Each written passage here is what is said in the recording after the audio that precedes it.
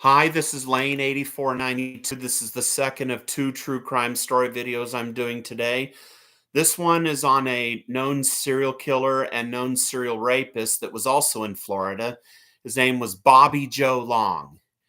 You see, Bobby Joe Long, he was born October 14th, 1953 in Canova, West Virginia. Apparently, Bobby Joe Long was born with an extra X chromosome, also called 47XXY, a specific variant of Klinefelter syndrome.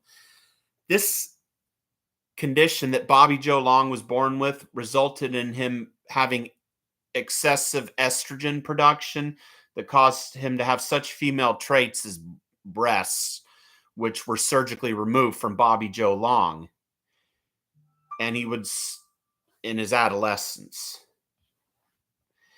Bobby Joe Long had a very dysfunctional relationship with his mother, sleeping in her bed until he was a teenager, and he resented the multiple short-term boyfriends he brought with her returning home late at night from her job.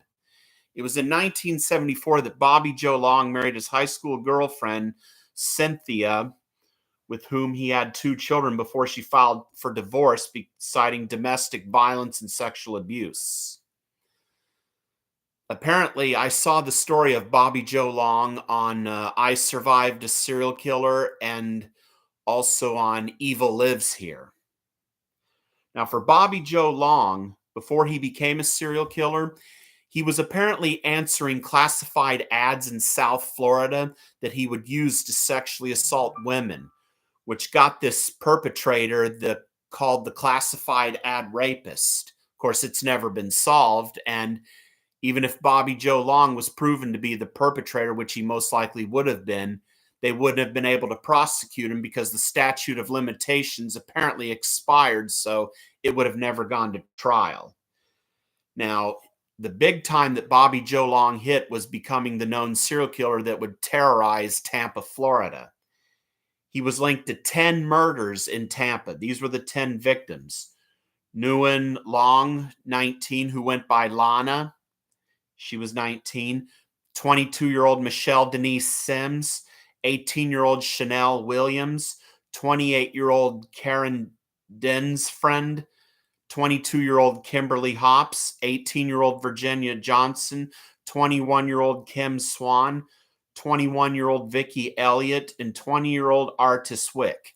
Now, there was one victim who Bobby Joe Long did abduct and sexually assault, but by the grace of God, he let her go and she survived. That was a woman on her bicycle named Lisa McVeigh. He let her go and she survived. Little did he realize that this one who he let free and let survive, this woman would be Bobby Joe Long's downfall, Lisa McVeigh. And this would lead to the arrest of Bobby Joe Long.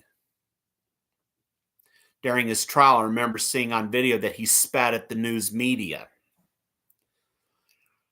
But he was tried for only 8 of the 10 murders that he committed.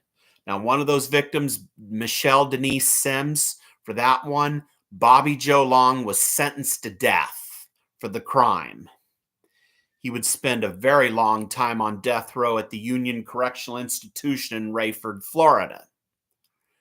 Now, the surviving victim, Lisa McVeigh, who's now Lisa McVeigh Noland, she became a deputy in the Hillsborough County Sheriff's Department. Hillsborough County, that's the county of Tampa, the area where the known killing spree of Bobby Joe Long was. And she said she forgave him, which is good. As a Christian, you got to forgive. Doesn't mean you have to forget. Because I learned at my mother's memorial that forgive and forget are two different things. And of course, for Bobby Joe Long, his appeals eventually ran out.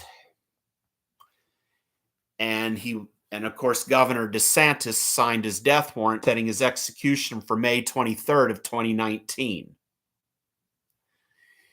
And for Bobby Joe Long, his last meal would consist of roast beef, bacon, French fries, and a soda.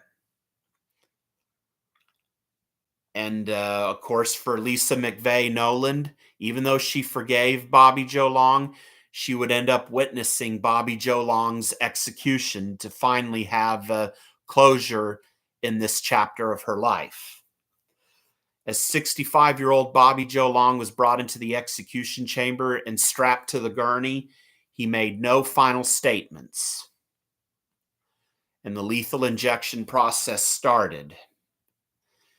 And at 7 p.m., Bobby Joe Long was pronounced dead after being executed by lethal injection at the Florida State Prison in Stark, Florida. And all I can say is I agree with those. I would call Lisa McVeigh Noland very courageous. I mean, her survival and courage is what brought down the Tampa serial killer and the classified ad rapist. And she wasn't broken at all. So I guess that would say that Bobby Joe Long didn't win at breaking her down. Well, hope you enjoyed this video and let me know what you think. Thanks.